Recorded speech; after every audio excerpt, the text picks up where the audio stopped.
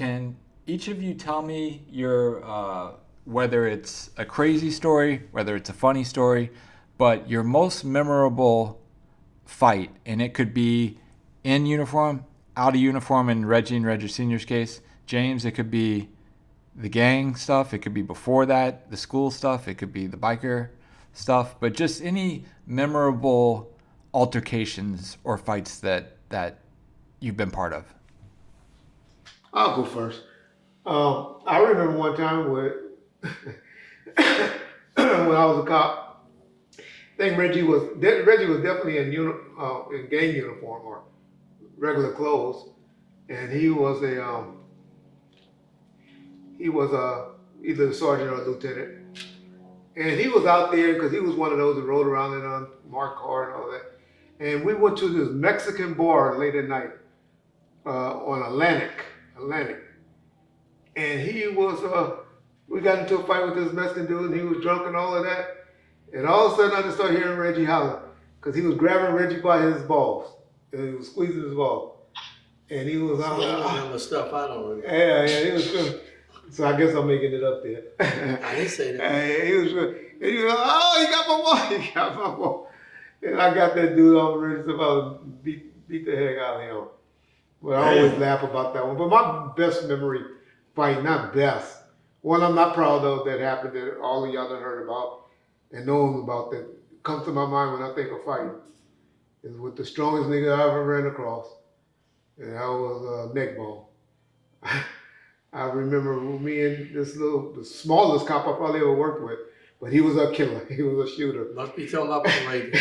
Chris Paredes. We was over there on San Vicente Street. And we took, neckbone was really trying to get away. I always said he was trying to fight to get away, but he was just trying to get away. Knowing him now and knowing his mannerism and all of that. And man, I swear, I probably was on his back for 5 or 10 minutes before the troops felt like they came. And I'm surprised Paredes didn't shoot him if he was with you. He probably wanted to, but he probably couldn't because I was on his back choking. And neckbone was, I tell y'all, this man, and I was probably I wasn't as big as I am now. I was probably about 220, 225 with police equipment on, so that make you about 230, 235. And he was doing push-ups with me on his back, trying to get away. That's how strong. So, and y'all think of 250 pounds on your back, and you doing push-ups. Hey, he's strong in the mug. He's strong in the mug. Yeah, that was one for the ages. Anyway, you want to go? Because I was just gonna say, I just was fortunate in my career. Maybe I just talked a lot and knew how to verbal judo right quick or something and de-escalate stuff. But I can't remember many fights I was in, actual fights, But the one that stands out, and I think about it all the time, every time I'm over by the house, and you might know this, Ken, when I'm over by Mama's house and stuff, it was this guy and his wife or lady or whatever, lived right up the street, about 5 houses. You remember my boy Johnson, last name was Johnson, he used to live not too far from y'all house, from the Circle. And he used to work on cars. Matter of fact, I think a car fell on him. Yeah. Baseball player. Henry or I know you're talking about. Yeah, but right, I'm trying to tell y'all the house. No, it wasn't Henry. I said Larry. But anyway, next door to his house, that's this house. There was a guy that lived there, was a transgender. I mean, he was a woman that turned into, he was a woman that had changed over into a man. He lived right there in that house with this lady. And he was every bit of 6'8", 6'7", 6'8". So it had to be a man that turned into a woman. Yeah, and I mean, he was big, but he was with this lady and they got into a fight. I mean, he started whooping on her. Mm-hmm. And it was like 12 o'clock in the afternoon, right? Not too far from, because matter of fact, when I got the call, I was at my mother's house. Me and Angie Miles, female. Angie was a great cop. She ended up being the first female black helicopter. I don't know if you remember Miles, Angie. But anyway, Angie was my trainee. And I took the call. I remember running out the house because they said, guy beating up this woman right up. Shit, I could have ran down there. You know, matter of fact, I think I did. I think Angie brought the car. And so finally, when I get inside the house, he's in front of her and he's standing over her. Because I'm telling you, he's 6'7", 6'8", and I mean all muscle. But I think he was a woman transgender man, right? Or something. I don't know. But it was some kind of transgender. He wasn't a natural man or a natural woman. Shoot. I ran in there and he was about ready to hit her again. And I remember getting in front of him to keep him from hitting her. And he hit my behind, right? And I just tried to just go into him. The next thing I know, when I tried to charge into him and try to do whatever, Angie was on his back. She literally had jumped on him trying to pull him down. He flipped her over, got me, he flipped my butt over. Angie was hollering for backup code now. I didn't even hear no siren. Wow. I did something until my ball. All of a sudden, the only thing I can think of, I hope he had ball. And I punched right in like that. And that sucker bent over. And he kind of like went over like that. And then that's when Angie came across him with, I think she had something, a chair or something. And she whacked him across. Damn. And he fell on me. He fell on me. They couldn't get up. By that time, the hell. Boy, it was a big dude. He used to walk by the house all the time. About 6'8", had funny hair like a wig like. And it's crazy, I used to remember him because he always walked to the store and come back and had you know what I'm talking about, that big old dude, about 6'8". I know who you're talking about. I don't know his name. I think about that to the day. That's the biggest fight and the longest. Like Reggie said, when you're in a situation like that, man, it may be just a minute and a half, but it seemed like it was a half a day. And you praying as you fighting this big old dude. You want to hear sirens never sound so good as you hear sirens. You know when you know you fight. You got to know that. But I got Angie, female, and I'm not cutting her short or anything. But she wasn't no big strong guy. But she wasn't no pushover. Right. Thank God she had got on his back because he probably would have left with my behind. You know, I never forget. That's the only real big fight. That and your other boys always in the hood that I'm getting into it. I never forget. Fred Reynolds talked about it in his book or something. What's his name? Big old, you remember Jeffrey Wesson, Big Jeff. Remember the one staying high off of that PCP? Yeah. Big Jeff from Looters. Yeah, I forget his name, from Looters. Yeah. He was in the furniture store right there at Compton and Long Beach. I think I was a sergeant. I think Fred said that was like his first week alone by himself. We get to the furniture store, and this fool full of this PCP, another 6'7", 6'8", but he was jail built. You know what I mean? This sucker was like strong, Big Jeffrey. And Jeffrey, I don't know if it was Wesson or whatever his name, but it was Jeffrey.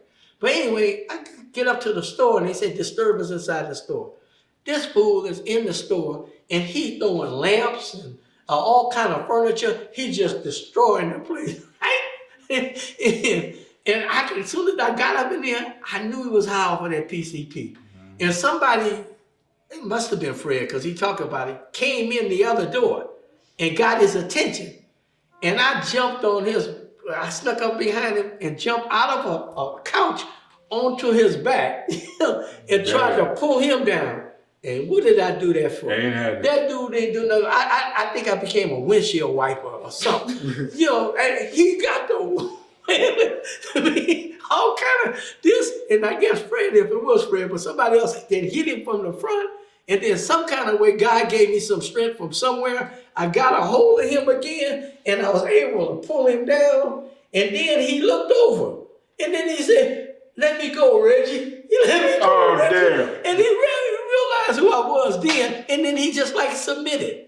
He just like just gave up. Wow. That was the only second one. But boy, you talking about, I always find 6'7" dudes the whole time. And I guess I was used to it because I used to talk a lot of head to my basketball players that was 6'6" and 6'7". But anyway, that's about the only two that I really remember. But boy. I got 900,000. You probably got about 100 of them. 1,000 of them, but I don't even want to talk about none of them. One, we was at a club. And all the homies, they beating the shit out of this motherfucker. In Compton? Nigga, no, we in downtown LA. Okay. And basketball players, everybody at that motherfucker, right? I got on the white, all white. Motherfuckers dressed up, kicking it. And this dude, he coming there, he bumping everybody out the way. So they out on the patio and they attack. But they hitting this dude, he ain't going down. I'm talking about bombing on him. I'm like, what the fuck is wrong? I'm sitting there drinking my drink. Like, these niggas looking sorry the motherfucker. So I went over there and moved everybody out the way and hit the motherfucker. Then grabbed him, jumped on him. And everybody, when I took him down, everybody else jumped on the motherfucker. I'm like, you sorry motherfuckers. But was he high? Was he on? Yeah, he was high. He was on PCP? something. I had one motherfucker come in the house. My mama, my sister Punky, and everybody sitting in the living room. This motherfucker walking up the street, hollering, stick, stick, stick, served up. And come in the house. And they hollered, Jay! He came to your house? Yeah, on killing. I could have killed that motherfucker. I could have killed that motherfucker. There's so many. One motherfucker, I fucked him up. I had my car parked, started still. We at Melvin them house down the street where Motor them lived at on Ward? Talking about your boy Melvin. Melvin, Lake Melvin. Over there with where I right across the street, no, right across the street from Kenny Tubbs and them. no, from Dan Ray. Your brothers. Oh no, he ain't talking about them there. He talking about Woo Woo on them house. Oh, he's talking about round going by Aiken. Yeah, right down the street. Okay. Where's Showboat Mama house at? Showboat, yeah, I know You talking about Kenny Tubbs and I know he said, not when he Kenny said Tubbs. Showboat. Kenny, but it's Kenny. But his mama was a nurse. K Tubbs. Yeah. So my car started, this motherfucker jumped in my car, trying to take off. I beat the shit out that motherfucker so bad, but Reg, the motherfucker hit me in my ear. And it was throbbing. with his hand. And I think I was deaf for a minute. And I was like this and shit. And Mel trying to grab the motherfucker and holding him. And I like, fuck this, you trying to take my car? I beat the shit out that motherfucker, man. Was a brother? Yeah. I'd have killed him if he was a white boy, to be honest. Walking in the hood, taking cars just like that. I don't know, I done did some stupid shit though. I done had some stupid ass fights, some good fights.